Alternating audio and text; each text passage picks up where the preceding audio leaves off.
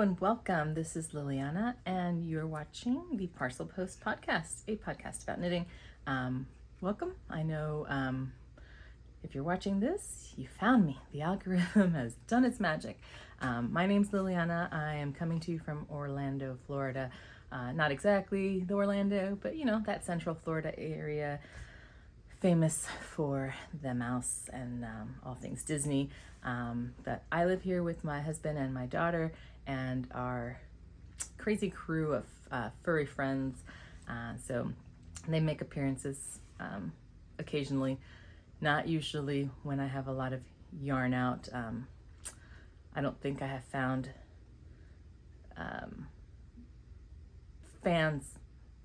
greater fans of my yarn than my kittens. They find it delicious. So yes, for that reason, their time in here is slightly limited, especially when I have a bunch of stuff out and about. So I plan to kind of keep this platform centered towards what I'm working on, what I'm hoping to start soon, anything that I finished, and of course, any makers, small business makers, yarn dyers that I support, or products that I find to be just amazing, and I definitely think you should know about them. Those are the kinds of things that I'll be sharing here. I do dye my own yarn. I have a hand-dyed yarn business. It's called Parcel Fiber Co. That's also how you can find me on Instagram and Ravelry if you're interested in following along with what I have going on. So I do encourage you guys to check that out. This past weekend was amazing. I haven't been in business very, very long, but I've started with the sole purpose of supporting my local yarn shop. I know that when COVID hit, they were closed like many businesses were, and I was encouraged. I was encouraged by my community. I believe I caught a live of Taylor from Fiber for the People and Lewis from Brooklyn Boy Knits. They were having this conversation, about starting. I guess I'm gonna misremember, but like they were talking about dyeing yarn, and at the time I had literally just dyed up my first couple of skeins that I dyed solely to see if I even like this, right? Because I liked the idea, but I hadn't physically done the thing to know if I would do it and be like, not for me, leave that to the pros. But I did that, and I was really happy. I mean, not that what I made was magical. I mean, I did make something out of it, and nice and wearable. It's not, it wasn't by any means ugly, but things evolved as my dyeing style evolved, and like I feel just fortunate that my local yarn shop liked what I made, put me in their shop straight away, and has been consistent in supporting me. So although I didn't officially tell her this, I had taken that first year to focus on starting up, getting going, ramping up, and I did want to focus solely on my local yarn shop. They didn't carry too many indie dyed yarns at the time, and I know that that's where I kind of gravitate towards. So if I could help in any way, either by providing something that she didn't carry, something new, something interesting, I was going to do that, because that's my go-to place for all my help and support, for my knitting mistakes and problems, which are plenty. So, every little thing helps, right? Like, either I'm going to go buy my needles there, I'm going to buy all my cables there, and support her how I can. But if I can support her in this way, then even better. So this past weekend, I finally opened up the online shop. And so, I guess to backpedal a little bit, I'm not 100% full-time yarn dyeing. I have a a day job, a regular 9 to 5, sometimes later depending on what's going on, but my main job is in information security, and so at this time I have no plans to shift completely into doing hand dyeing yarn, though obviously who wouldn't want to do what they love full-time 100%? I'd say most people, but I'm not at that point yet, and also I don't know if I will get there, and not because of a volume or interest or the yarn's not selling or that kind of thing. It's just that having a job where all my life needs expenses are kind of provided for from a day job perspective, that really leaves my mental energy and creative juices really flowing for the side. I don't want to call it a side hustle, but I guess that's how the world might see it. But it takes a little bit of the pressure off from making, how should I put it?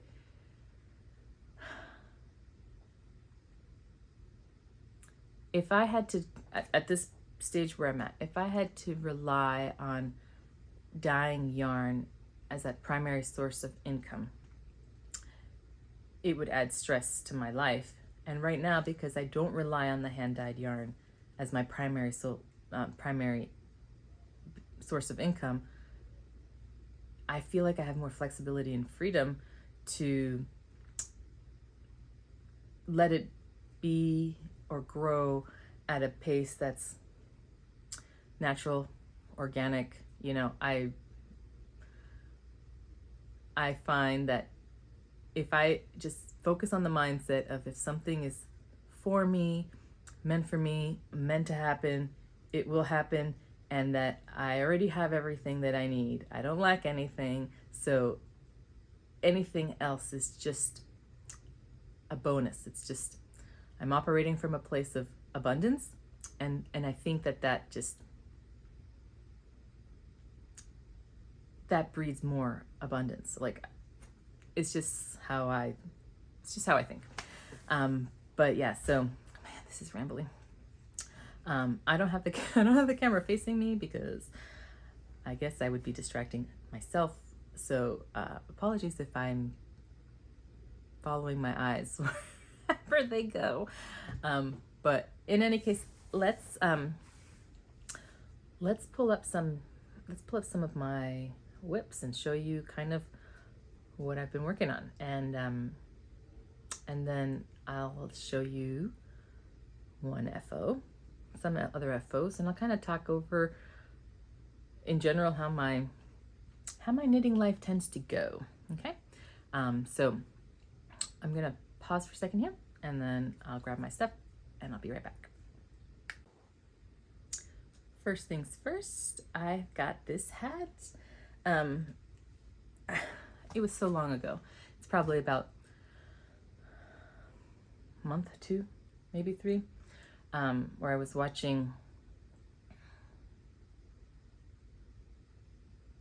Grace from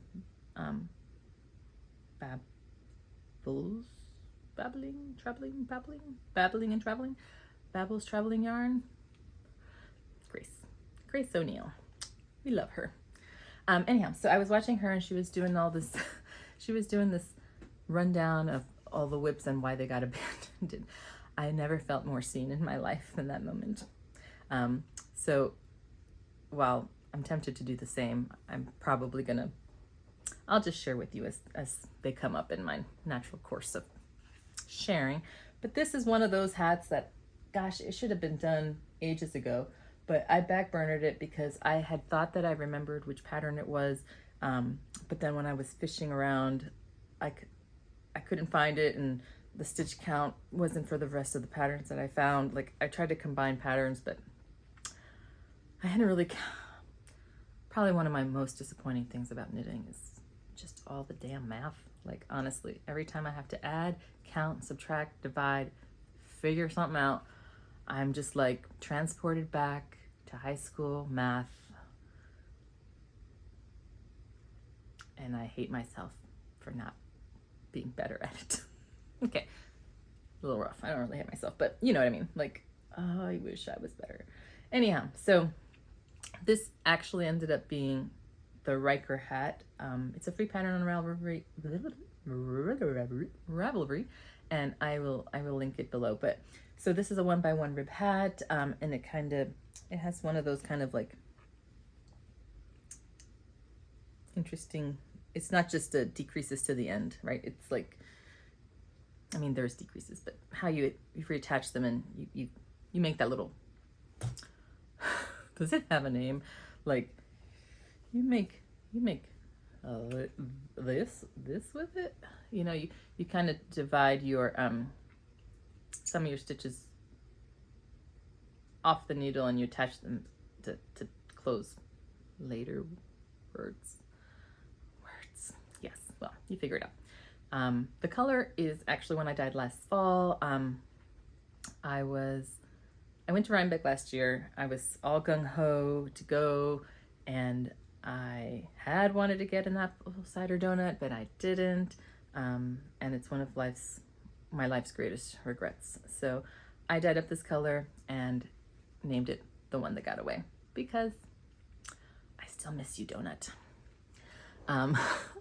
So that's the first FO, and only because I have it handy, I'm like, I've been this close to finishing this for longer than I care to share, but the holdup is that I have to put on the tassels, and because I stopped knitting and increasing earlier than the pattern called for, because I was running out of yarn, I just bound off and then had to count and decide where am I going to put my tassels so that they're evenly spaced.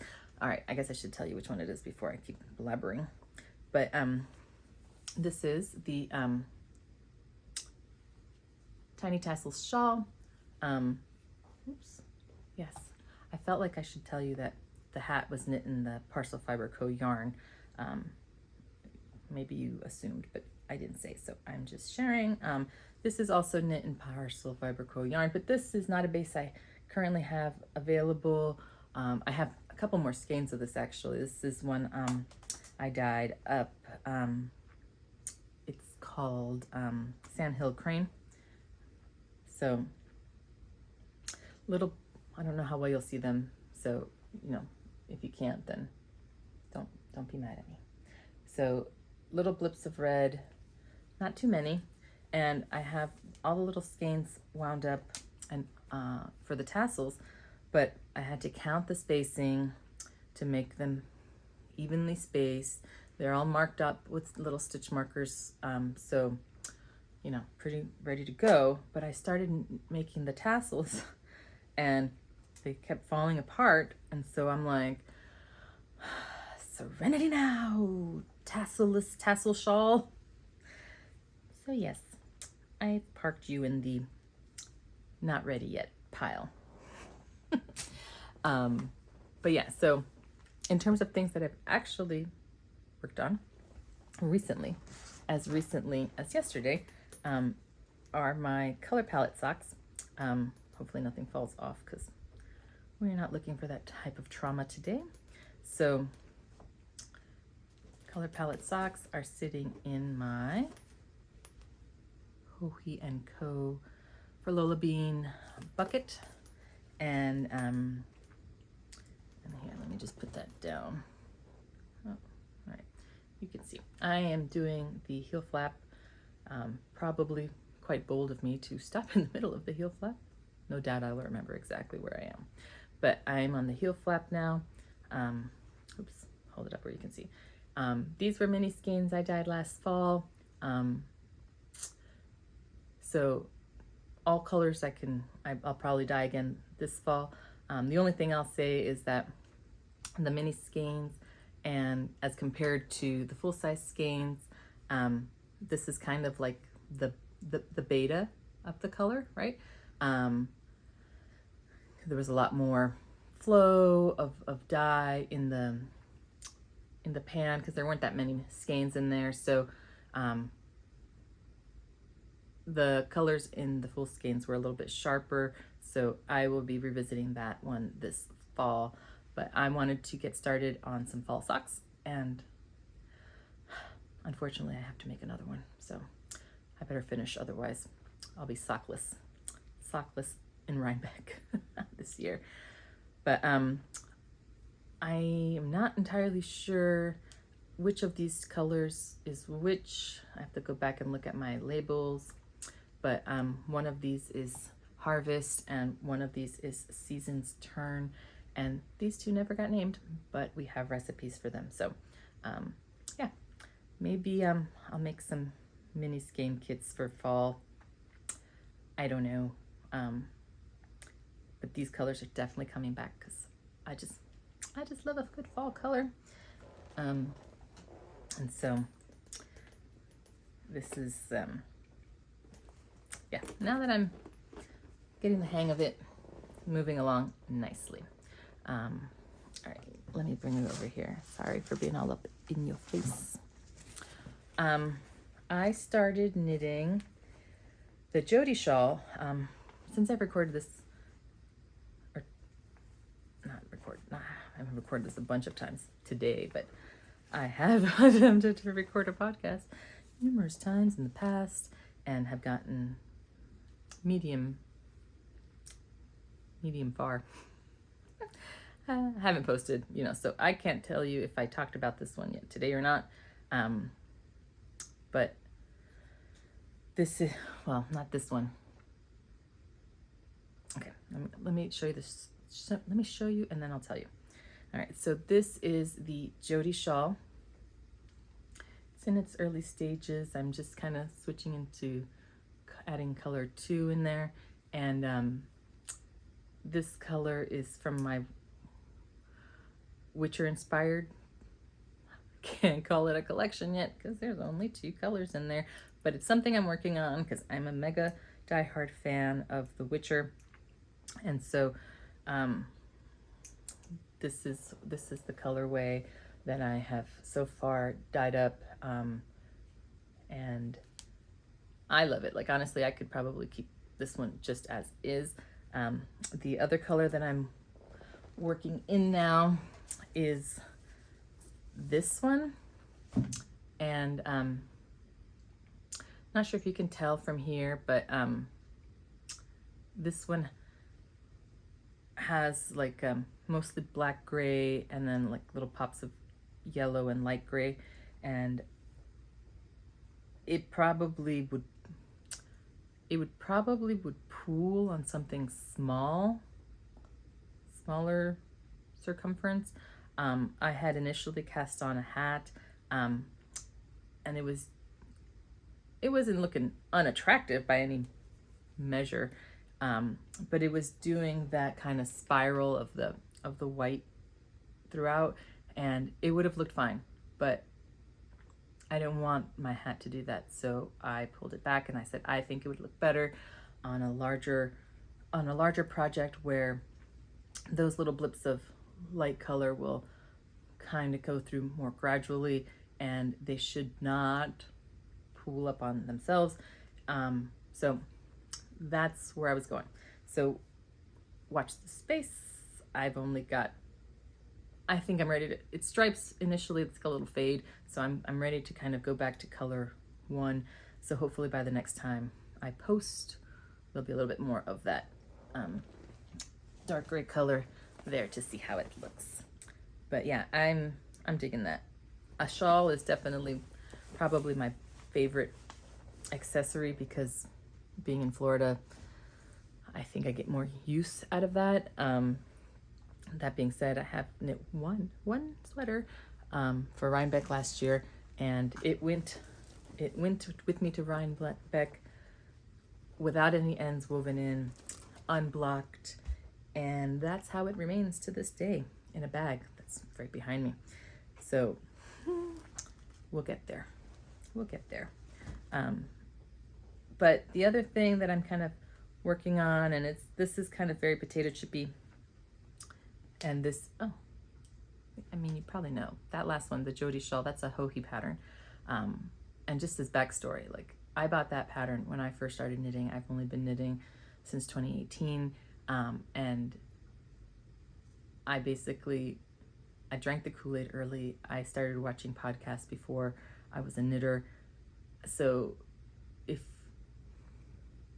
you could say then that like Hohi and the Grocery Girls were really and truly my gateway drug into knitting. Knitting podcasts were the gateway drug into knitting. And so yeah, I think at the time they had just released that for Hohi. I just released that. I have the Tracy too. So I have the Grocery Girls shawl, the Jody shawl, and the Tracy. I bought them all. I haven't knit anything. The first pattern I ever cast on was the Grocery Girls shawl. And while I haven't ripped it out or ripped back, it's on the naughty list because I made lots of mistakes in lace when I was net new. And I don't want to undo all my work, but also I don't want to go back to it and look at it with those little mistakes. So one day I'm just gonna have to put on my big girl panties and do the needful. But for now, my other main work in progress is the Wrap Me Up Sweater Scarf, and that's by Knititude. I believe she's a Canadian pattern designer, and this is Knit and Transcend DK from Parcel, my yarn, and I keep calling it, I started calling it the flesh tube. So it's knit flat right now, and then it'll connect into a sleeve. But so I called it my flesh tube because it's like literally like a pink flesh tube, ginormous proportions. But I'm super eager to finish it, but I need to knit for like 84 inches and I can't measure accurately, so we'll see.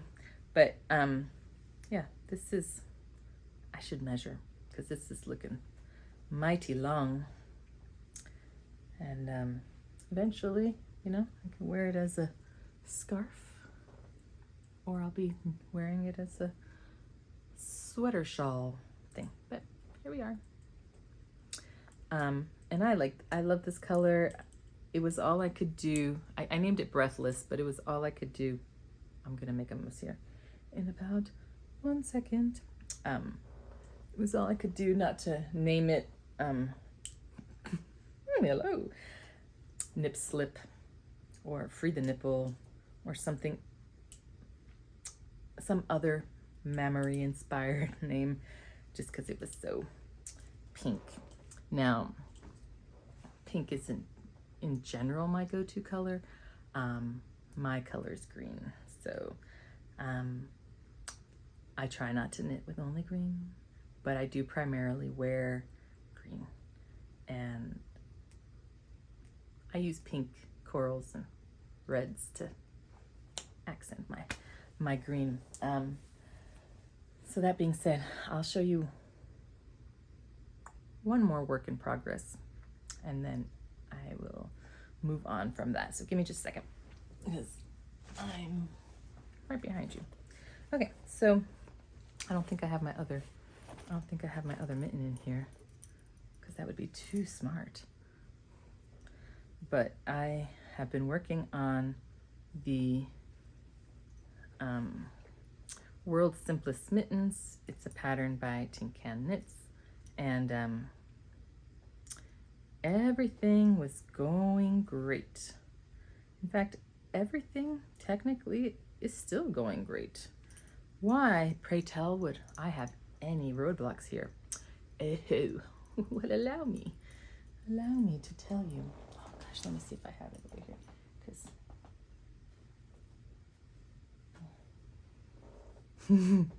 that'd be fun. Yeah, I can't send you your mitten because I only have one. All right, well, I'll tell you and I'll show you. So look, this is where we're at. We need one thumb tip.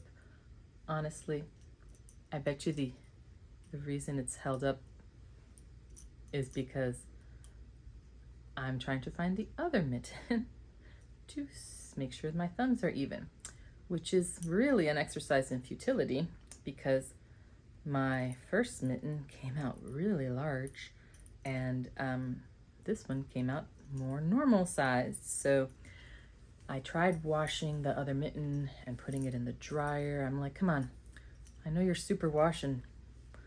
The intention is never to have you shrink, but I could really use you to take it down a notch.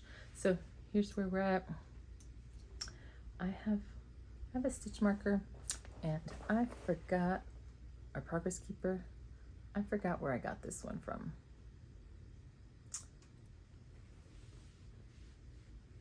I got it on Instagram, off of Instagram. Oh, and I have a major hole to sew in here for this because it didn't turn out as nice as my other one. But anyway, so this one, I mean, I'm gonna call this a one of a kind because I dyed this some time back and I haven't dyed it in like mass quantities, like sweaters quantities. So before I can say it's repeatable, I gotta dye it to scale and make sure I get what I like. Because I love how this looks like, I'm gonna call it camo, but it has the vibes, right? So that's my mitten. And this is also in DK, but I believe, based on feeling it out, this might be the 75-25 DK, which is called Cabin on my website, but the Transcend is the 100% superwash merino, and I find that one has a softer hand. I don't know how else to describe it. It just feels super soft. So I think that's all that I have to share in terms of projects and things that I'm working on. I would love to take a minute and show you some of the yarn that's in the shop. So if that's not what you're here for, thank you for coming. Hopefully you guys will come back again. I can't tell you what the schedule will look like, so I won't try to overcommit right now, but I think if I get this up and out there today, once I see how much that will take, I can probably think of doing this as frequently as every 2 weeks, but monthly at a minimum. So that's also going to coincide with how I plan to do my shop updates. So we'll see. But yeah, I've enjoyed chatting with you today.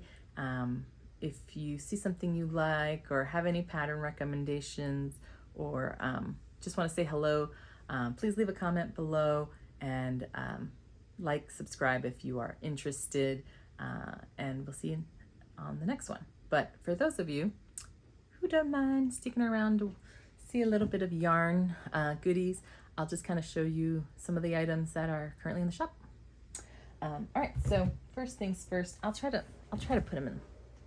I'll try to bring them out in a pleasing way so that you can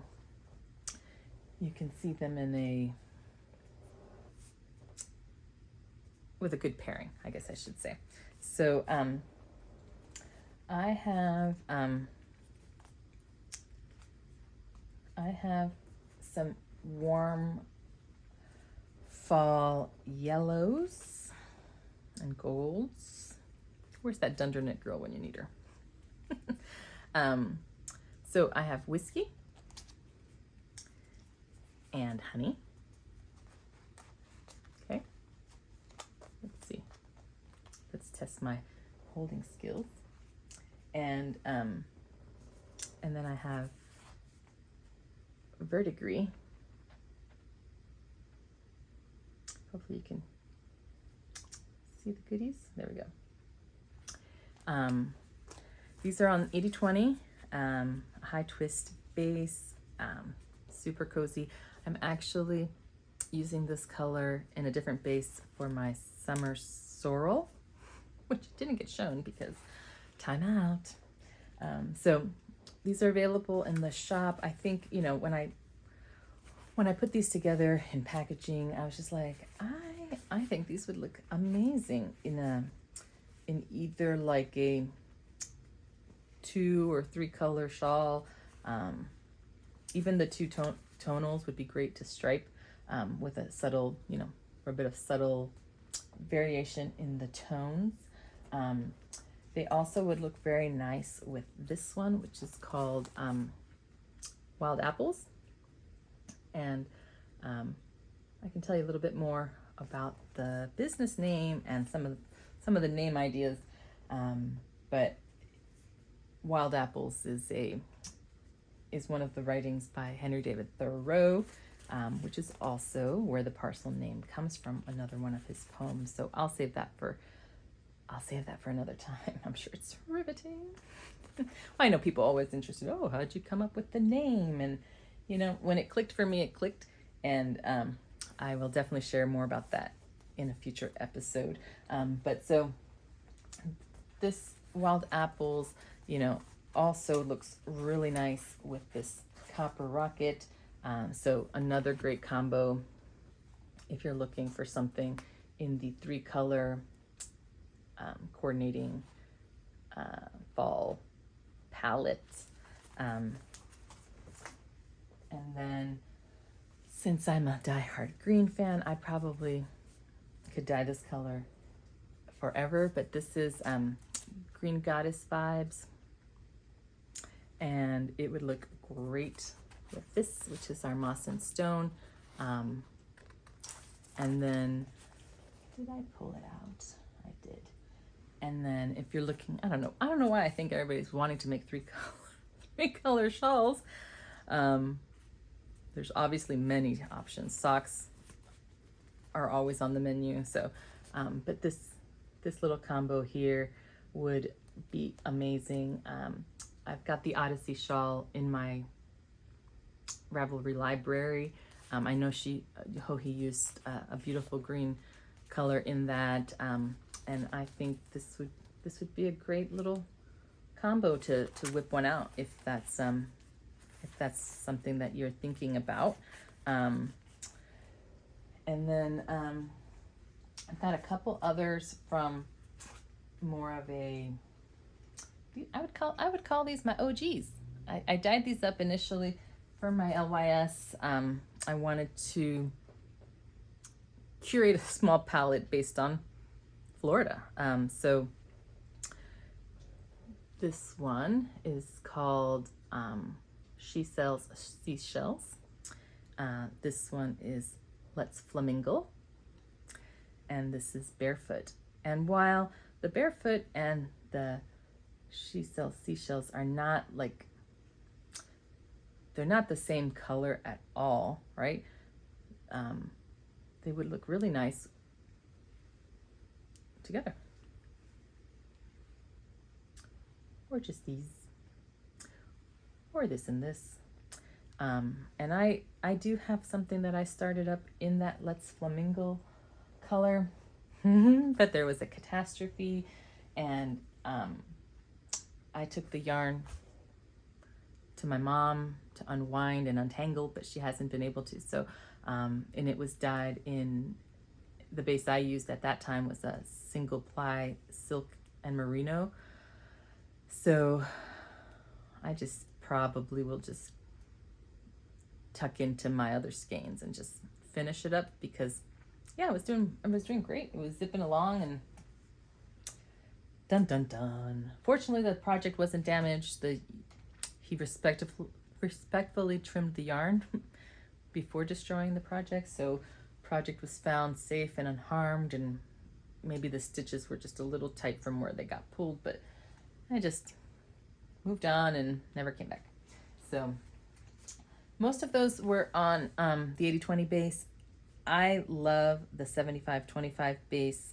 I feel like it makes like the lightest, airiest shawls. So I have a couple colors that I have available on that 75-25 base. But I just want to pop in real quick for this one since it had fallen to the bottom of my list here. But this is another one that would make a great like summer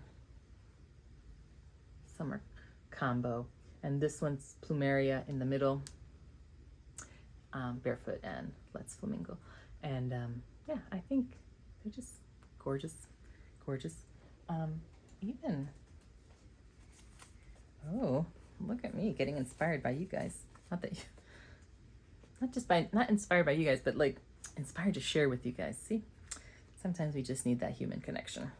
So yeah, the Let's Flamingo, the Plumeria, and the whiskey together would be a beautifully contrasting but complementary combo. I think I'm gonna post this on the gram today. Let's see if other people agree with me on that one. Yeah, and then this last one is wild for me because as someone who wears green a lot, I don't often wear like really bright fluorescent colors, but I was inspired to dye up a colorway inspired by like the Dutch tulip fields. You probably have no idea, but I was an expat in the Netherlands for 2 years, and that was in 2001. And so I wanted to go back this summer, but flights are expensive, and I think they still have a lot of travel restrictions, or either I didn't read correctly, but so it didn't really pan out. But I dyed up these beautiful and bright color to capture all the nuances of those Dutch tulip fields. And so I named this Tulip Season 22 because it's going to be an evolving colorway, and next year it may look a little bit different than this. But I'll be coming back to it because nothing's more beautiful than a field of tulips. I mean, it's just amazing to walk, not in, because obviously you're not up in the tulip fields, but you know, just even see it like a wall of flowers just in your face it's amazing. So yeah, let me have a moment to miss my Netherlands. Yes, I missed you. But I don't know if I have it within reach. But I do have a sock sample. It's on the Instagram. If you'd like to see how that knits up, take a look there. And it's also on the website. But yeah, so that's just a little glimpse at what's there. Those are just the sock bases. I have the mohair and DK and worsted. So have a look if that's something you're interested in. And I'll try not to hawk my yarn too much. I'll save it to the end so that y'all can politely tune out if you're not interested. And that's pretty much all she wrote about that. So I'd like to thank you again for hanging in there with me and checking out my first podcast. Hopefully it was not terrible. My main focus with the podcast is to, stay true to myself. And sometimes my true self is weird, inappropriate, and full of dark humor. So stay tuned if that's what you're into. But otherwise, I will catch you online in the fiber space of Ravelry, Instagram, and I hope to connect with you. Thank you so much for watching, guys, and we'll see you next time.